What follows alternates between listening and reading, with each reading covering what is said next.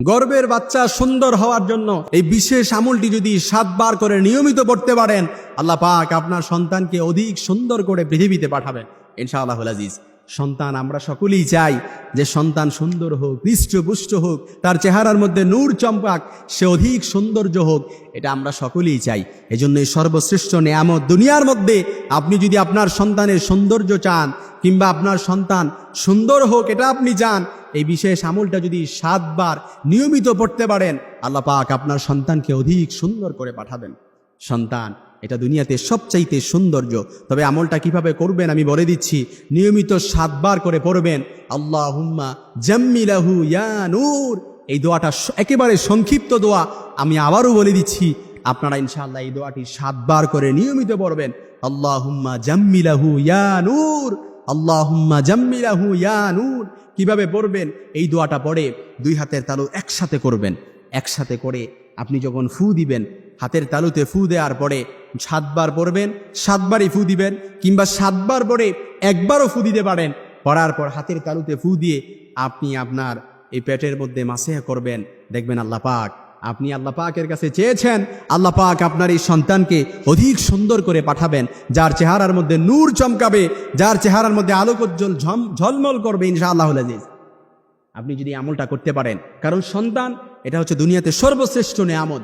যার সন্তান নাই সে বুঝে সন্তানের কি দাম। একটা সন্তানের জন্য কোটি কোটি টাকা খরচ করে ফেলে ধনীর দুলালেরা, শুধুমাত্র একটা সন্তানের জন্য। বিবাহিত জীবনে সন্তান হচ্ছে সবচাইতে নেয়ামত। একটা সংসারের মধ্যে যদি একটা সন্তান হয়, তাহলে পুরো সংসারটাই যেন আলোকোজ্জ্বল একেবারে ঝলমল করে, পুরো সংসারের মধ্যে আনন্দের হিল্লোল বয়ে ওঠে শুধুমাত্র একটা সন্তান। বিবাহিত জীবনে আপনি একটা সন্তান নাই, আপনি দেখেন তখন কত যে আপনার অশান্তি লাগে, কত অশান্তি লাগে। যদি একটা সন্তান থাকে তাহলে এটাই সবচাইতে সৌন্দর্য বৃদ্ধি করে। এজন্য দুনিয়াতে আপনি আপনার সন্তানের মেধাশক্তি বৃদ্ধি করার জন্য, আপনার সন্তানের সৌন্দর্য অধিক সৌন্দর্য বৃদ্ধি করার জন্য, আপনার সন্তানের নিরাপত্তার জন্য আপনি তো আল্লাহ পাকের কাছে দোয়া করা লাগবে। সন্তান আপনার, কিন্তু এই সন্তানের মেধাশক্তি বৃদ্ধি করা, এই সন্তানের সৌন্দর্য বৃদ্ধি করা, এই সন্তানের ইন্টেলেকচুয়াল মেধা বৃদ্ধি করা, ইন্টেলিজেন্স মেধা বৃদ্ধি করা, সাদা না কালো, উচ্চতা কতটুকু, এই সব কিছু আল্লাহ পাকের দায়িত্ব। এই সব কিছু আল্লাহ পাক দেয়। এই জন্য আল্লাহ পাকের কাছে চেয়ে নিতে হয়, আল্লাহ পাকের কাছে চেয়ে নিতে হয়। আপনি সন্তান সৌন্দর্য হওয়ার জন্য, নেক সন্তান জন্য আপনি আল্লাহ পাকের কাছে দোয়া করতে পারেন। সাইয়েদানা ইব্রাহিম আলাইহিস সালাম যেই দোয়া করেছেন, আপনি আল্লাহর কাছে দোয়া করেন, রব্বি হাবলি মিনাস সালিহিন, আয় আল্লাহ আপনি আমাকে নেককার সালেহ সন্তান দান করেন।